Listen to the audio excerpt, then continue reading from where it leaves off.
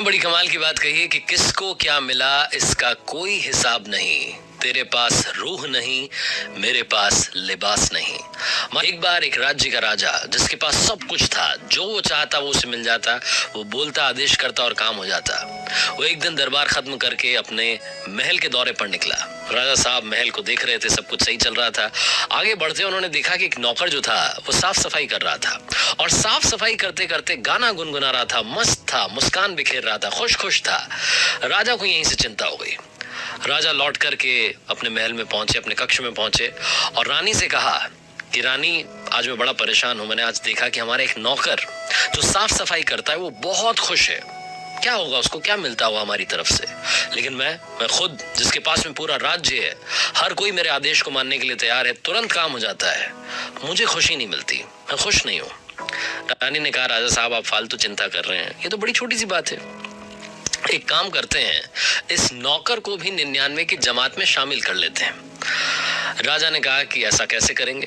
तो रानी ने कहा कि बस एक किसी नौकर को बोलिए और इस नौकर के घर पर, जो ये साफ सफाई कर रहा है, बड़ा खुश है, इसके घर के बाहर, इसके दरवाजे के बाहर एक छोटी सी पोटली रखवा दीजिए और उसमें 99 सोने के सिक्के रख दीजिए। राजा ने कहा, अच्छा फिर क्या होगा? बोले बस आप देखते जाओ। राजा ने अपने दूसरे नौकर से कहा, ये जो नौकर था जो बड़ा खुश था, उसके दरवाजे पर जाकर के रात में एक पोटली रख दी गई जिसमें 99 सिक्के थे। नौकर की बीवी ने सुबह सुबह जब दरवाजा खोला, जब दिन होगा, तो उसने देखा कि पोटली रखी। उसने नौकर को जगाया, बोले कि देखो क्या हो गया, हमारे यहाँ पर तो खुशी आ गई। नौकर ने देखा तो 99 सोने के सिक्के, खुशी का कोई ठिकाना नहीं। नौकर बड़ा खुश हुआ, उसने गिनना शुरू किया, 1 2 3 4 5 6 7 8, 99 तक पहुंच गया। उसने कहा, एक आखिरी सिक्का कहाँ गया? रखने वाला जो है वो 100 सिक्के रखेगा और 99 सिक्के क्यों रखेगा? नौकर को लगा कि हो सकता है रास्ते में कहीं गिर गए हो। वो नौकर अपने घर से महल के रास्ते तक गया, 2 बार गया, 3 बार गया, जमीन देखते देखते गया, रास्ता देखते देखते गया, लेकिन उसे वो सिक्का नहीं मिला। नौकर को लगा कि कौन हो सकता है, या तो ये महल से आया होगा, किसी घर से आया होगा, सेठ जी के घर से आया होगा, सेठ जी के घर पे चला गया। जहां जहां तक वो जा सकता था, जहां जहां से उसे लग रहा था कि ये सोने के सिक्के आ सकते हैं, वहां वहां हो गया, लेकिन उसे सोने का वो आखिरी 100 वाला सिक्का नहीं मिला। अब 100वें सिक्के की तलाश में इस नौकर ने अपनी पत्नी से प्रॉमिस कर दिया, वादा कर दिया कि तुम बस इंतजार करो, इस पोटली को पूरा करके रहूंगा, बहुत मेहनत करूंगा, राजा साहब को खुश कर दूंगा, एक आखिरी सोने का सिक्का लेकर के आऊंगा। उस दिन के बाद राजा ने उस नौकर को नोटिस करना शुरू किया। वो नौकर बड़ा परेशान सा लगने लगा। वो साफ सफाई भी करता था तो बिल्कुल उदास सा, परेशान सा।